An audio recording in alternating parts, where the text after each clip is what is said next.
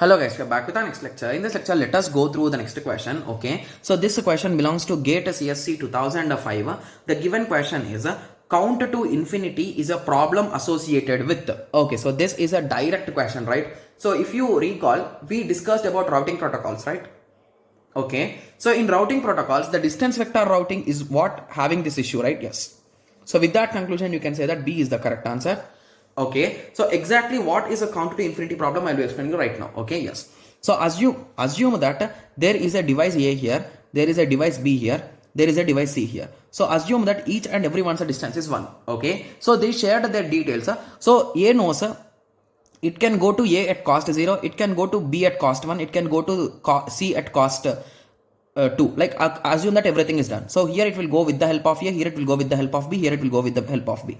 So A, B, C, 1, 0 and 1. So with the help of A, so let me write it in that way, with the help of B, with the help of C. Okay, similarly here also we know A, B, C. So 2A it go 1, 0. So A, B, and C, right? Yes. So how it is going, I wrote, guys, that's it. So basically where you want to go, the cost and how you are going. Okay, yes. So assume that this link has been broken, guys. So whenever we are using distance vector routing, we are going to share the whole table to him. So basically now this indirectly the path to A has been lost, right? Yes. So here you wrote infinity and dash. So once C sends the packet, the data to you. So basically here in a distance vector routing, there are total 3 steps, guys. So the first step is initialization, where you calculate the beside numbers.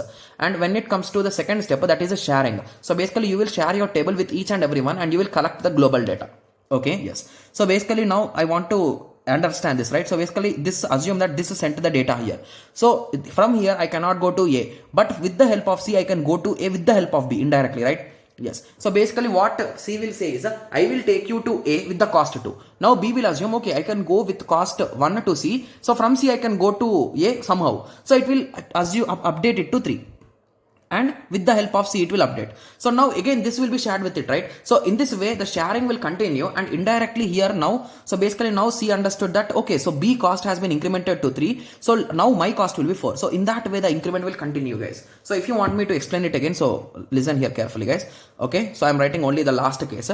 So assume that here now the distance is infinity and there is no path for it, but C is thinking that it can go to A at cost 2 with the help of B. So this particular information has been shared here. So now what B will think? B will think that, okay, so I can go to A with the cost of 2 from C. So I can go from B to C, and from C to A I can go. So total cost is 2 plus 1, so 3. So it will assume 3, and with the help of C it is going, it will update it. Okay. So now when this table has been shared with C, so now C will understand that, okay, so I think B to A cost has been increased to 3. So indirectly this cost should also increase. So it will update it to 3. And again it will be shared with this. So in this way this updation will occur, and that problem is nothing but count to infinity problem, guys. Got it?